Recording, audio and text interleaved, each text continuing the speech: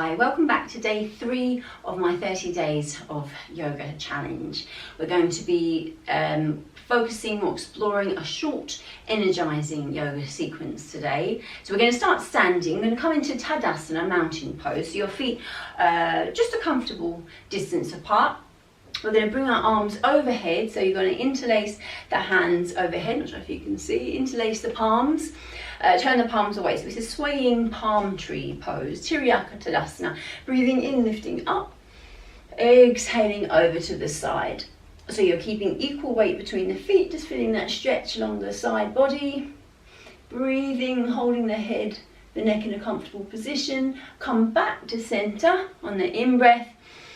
Exhale over to the other side, so just really stretching up through the side body, reaching all the way into the palms of the hand. Again, trying to keep those hips equal weight between the feet, and then coming back to center and then bringing the arms down. So you should start to feel a little bit warmer through the upper body, maybe feel some tingling through the hands, the arms. We're going to come into or come to the top of the mat and explore one round of Surya Namaskar. So Surya Namaskar A, Sun Salutation A sequence.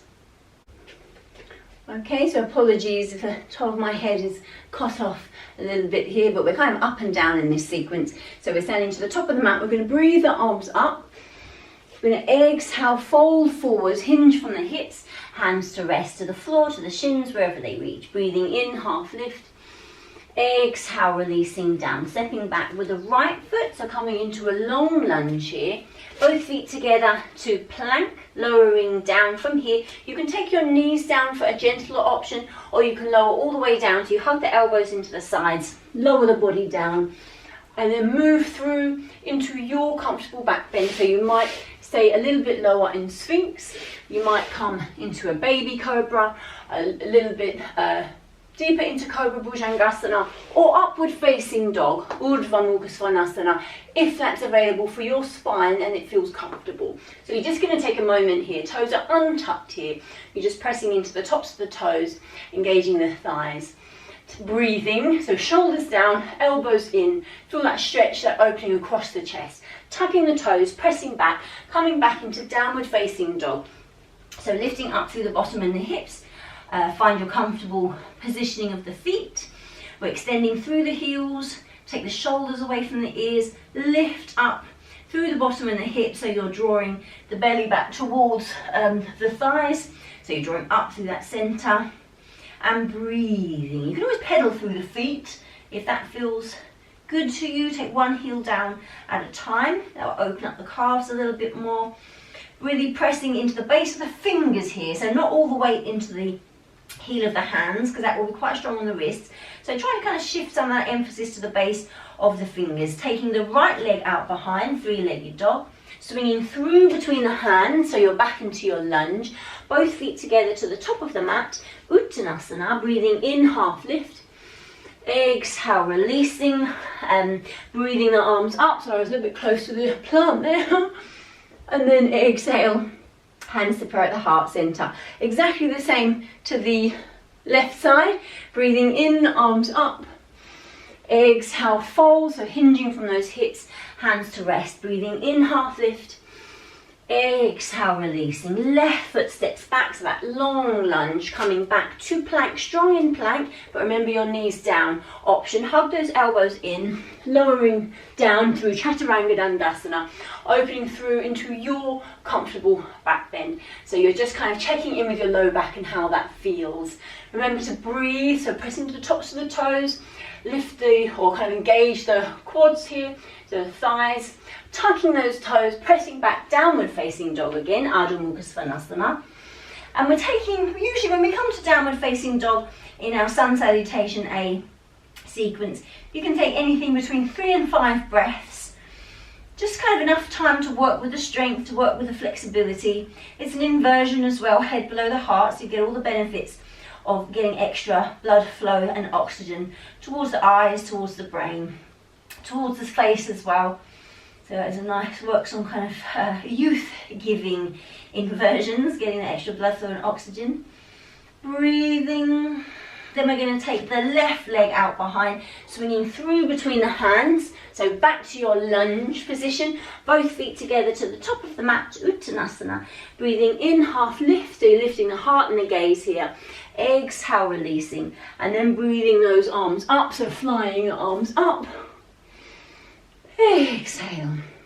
Hands to prayer at the heart center. Okay, so we're just going to do one round. I apologise for the screen here. It's very difficult when I'm doing up and down poses to fit everything in. So I'm going to step back from here into Parsvottanasana. So step back with your left foot. It'll be a bit easier to see me as we move through these postures. A wide stance, so maybe 3 feet or so. You're going to have your feet tracking in the same direction, hips as well. Pyramid pose this is. You can, if it's available, bring your hands to reverse prayer, so reverse Namaste. So prayer pose or prayer hands kind of between the shoulder blades. If that's not available, maybe find the inside of the elbows. You're keeping nice and open across the chest, so the idea is to kind of keep the elbows back and open. Breathing in, lifting up and out of the waist, and just hinging forwards. So you might come a little bit forwards, you might go a little bit deeper, just depends on how your back feels really. And just feel that length, so from the base of the spine out through the crown of the head. You're creating length. So rather than rounding like this, really draw out through the crown of the head. You can feel a deep stretch into the hamstrings here. So the back of the front leg, so the leg that's in front, you can feel the stretch into the hamstrings there. And breathing. So let's just take a couple more breaths. Keep those elbows nice and open. Keep that back hip, so your left hip drawing that forward, so the hips remain level. And then we'll release the hands, let the hands come down. So if they will, we'll bring them to the mat either side of the front foot. If that's a little bit far to reach or it's not comfortable, you can always bend the knee slightly to make that possible, or possibly just rest the hands onto the low leg. So if that's comfortable, you can do this. If you've got blocks, yoga blocks, you can just take your hand onto one block either side of that foot. Okay, we're just getting ourselves a little bit deeper into Parsvottanasana, checking in with those hips at their level, breathing, so pretty intense hamstring stretch.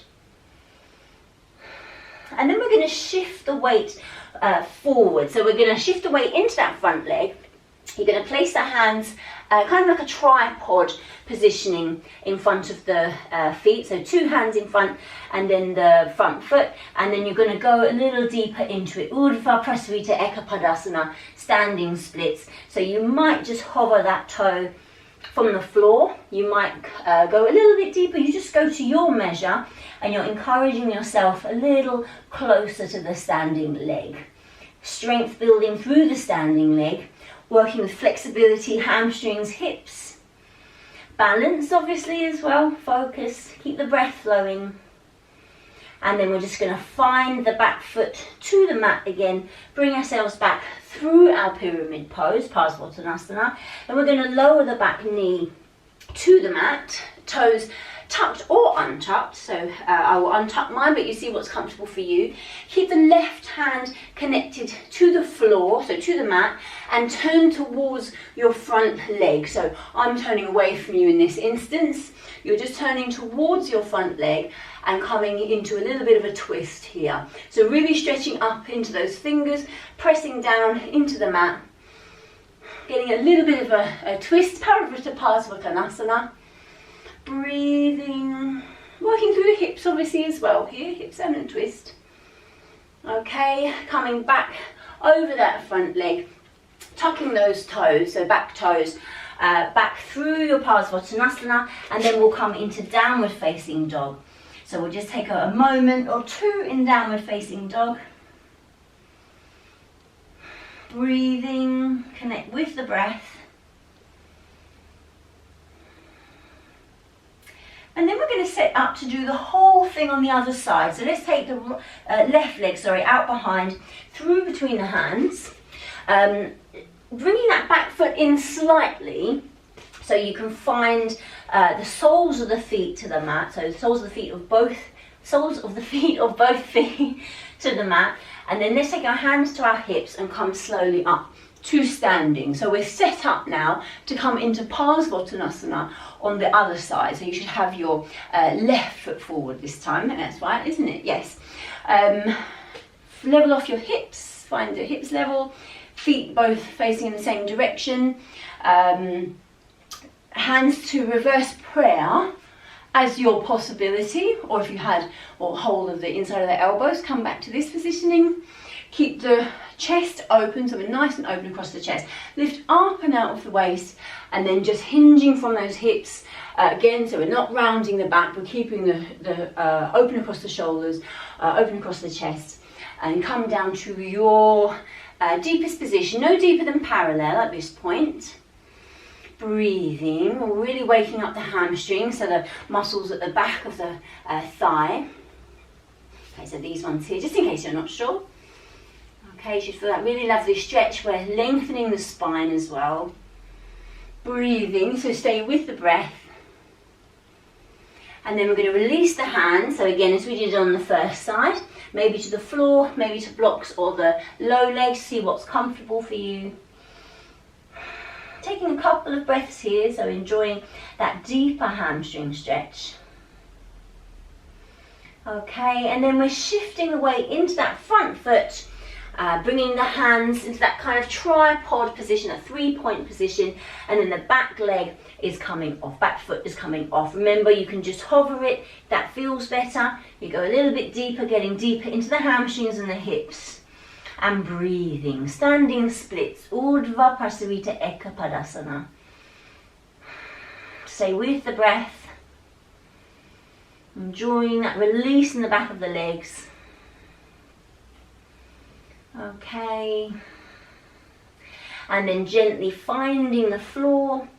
So you're back a moment through Parsvottanasana, taking that back knee down, so exactly the same as we did, Parivrtta Parsvottanasana, toes untucked or tucked, right hand this time to the mat inside of the foot, and then turning towards that front leg. Other arm just comes up. You just feel that stretch through the side, or this side of the body. Twist, so twisting mostly into the upper back, and obviously opening through the hips as well. Breathing. Okay, good. And then coming back to center, and we'll just come back or step back into Balasana, child's pose. So let's just take the knees together, bottom towards the heels, and we're just going to take the arms out in front of us and rest the head towards the mat. You can always rest the head on the hands if you prefer, to see what feels good. So while you're in Balasana, if your arms are outstretched, you're going to come onto the fingertips, so you can kind of spider the fingers, let the head keep resting down to the mat. You just feel a deeper stretch through the shoulders here. That should feel like a really nice release. Okay. And then releasing the hands, come slowly up to sitting. Okay, we're going to close with a twist. So we're going to come into Ardha Matsyendrasana. Let's take the legs out in front of us. We'll take the right leg over, so the foot comes over. Bottom leg can fold under, or you can keep it outstretched. So you just see how your knee feels in this particular position. You're sitting between the heels, so you should feel a beautiful stretch across the outer hip here. Outer hips, so into the bottom really. Your right hand is coming behind you. You're going to take the left hand onto the knee, one option, hook the elbow, another option, extend the arm, or if you want to work with a bind, if you're familiar with a bind, you take the left hand through the gap, so the gap here, through the gap, over the knee, and then the other hand comes round to find. Yeah, so it's a little bit, don't do it, if you feel all like this and you're hurting your back, don't worry about the bind, it just gets you deeper into the twist. So you just choose your option for arm placement. Lift up nice and tall through the chest, through the heart center, gaze over the back shoulder. So we're just kind of following that spinal twist with a turn of the head as well, but just to where it's comfortable. And breathing. Really feel grounded through the sit bones. So really sit into the pose. Ardha Matsyendrasana, half lord of the fishes. So there's lots going on here. Beautiful spinal twist. Beautiful stretch of the outer hips. Nice and grounded. Okay. Breathing as deeply as you can. You might feel a little bit restricted with the breath, but just take as full breaths as you can. And then coming slowly back to centre. Oh, so you always want to come nice and slowly out from these twists. Exactly the same to the other side. So we'll just bring the legs back to Dandasana. This is our staff pose. Taking the left leg this time across. Bottom leg is coming under. Option, can obviously keep it outstretched if there's any issues with the knees. Find your sit bones to the mat. So it's just so we're not kind of sitting on the foot or anything. Find that kind of position where your sit bones feel grounded. Left hand to the mat behind you. Same options for hand placement. So bind might be available one side and not the other. Just go with what works for you. Lift up through the chest. So again, so we're not kind of slumping into it, but keeping the spine nice and tall. The back hand is there to help keep the spine long. And then your gaze turning towards that back shoulder. Knees are relaxed, hips soft. Just feel that beautiful release through the spinal twist. Really sit into it so you can feel that stretch across the outer hips. Okay, breathing as deeply and fully as you can. And then we're coming slowly back to centre, okay? We'll just release the legs. You might want to bring them out in front first of all, give them a little bit of a shake, and then come back to a comfortable seat. So remember, this has just been a short energizing sequence today. If you have time for Shavasana, follow the link to the well, it worked out 7 minutes, Shavasana. not really timing anything properly, but just time for relaxation. If you have time, you can go through to that video now. Otherwise, we'll close this session together. Let's just take our hands to our heart center. Just take a couple of breaths. You should have got your energy up a little bit with the Surya Namaskar. We only did 1 round, so really just an introduction. Got some deep stretches through the various postures today. Just connect with your breathing, with your heart. We're slowing down now.